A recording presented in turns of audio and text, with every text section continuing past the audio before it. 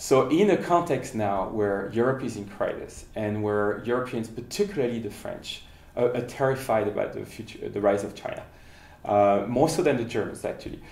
This is the first book that presents China not as this ugly totalitarian repressive state that everyone hears about, but as first fragmented and pluralist that is able to offer a diversified portfolio to the world in its behavior.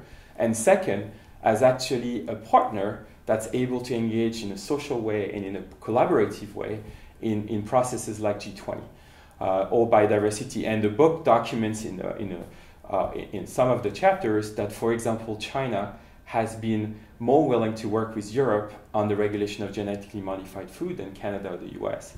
So China has become a partner with Japan and Korea to Europe on something like this. On biodiversity protection, same story. And in the G20, we find that China has been playing a more and more active role. In the last G20 in Los Cabos, it is China that brought Brazil on board when Brazil didn't want to support Europe with the IMF bailout. China wanted to.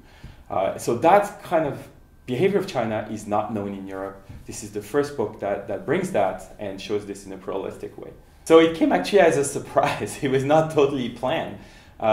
This book was actually proposed to me in February, I think it's 2010, when I was doing a bunch of events on the G20 in Paris, and I was asked by a foundation and the Foreign Ministry of France to help the planning of the G20 in November 2011 in Cannes. That would be on the French presidency. And the French presidency discovered that the Asian players were not used as much and were becoming critical players. So the G20 component came first, and then other parts were added: climate change, development, and food politics. So this book appeared in a rather new collection, a Nouveaux Débats, or New Debate series of the Sciences Po Press. Sciences Po Press is basically the best peer-reviewed press, at least in social science and political science in France. But it found, like many other social science presses, that the readership has been going down. It's been hard to sell pure research books. So they came up with this idea to have a series that make research more available. It still retains the quality and the peer review process of an academic press, but there is an added component of size and as well as accessibility and trying to reach a larger public, as well as cost, we could add. It's only 15 euros, and that allows the book to be available in mostly all bookstores in France now and be visible on tables, etc. As well, it allows to send it broadly to the media and to even politicians. So the book has been sent by the presses now to the advisor to President Hollande, to former prime ministers like Raffin, who just wrote back to me, and to a range of people because it's very available. So about the title, Asia and the Future of the World, and whether it's actually not primarily about China, particularly because China is the gorilla here in East Asia that has this mega influence. I specifically actually call it Asia in the World to include a section on Japan and Korea. So I should say up front, in an English version, we would say East Asia, not Asia.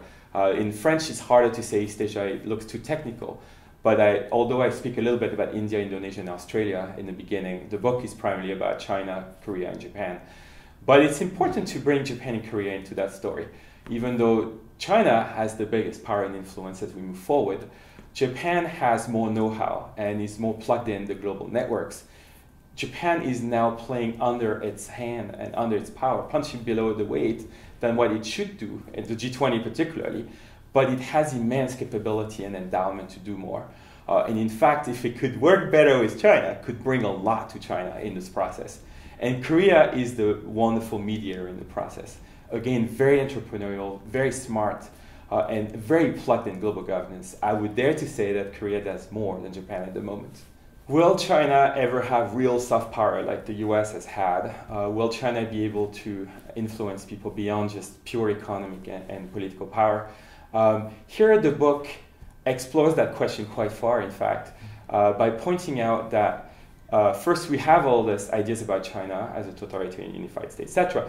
But the key point about China today is that it's pluralistic and it's full of coalitions that are very diverse and that are struggling with each other on pushing certain issues forward.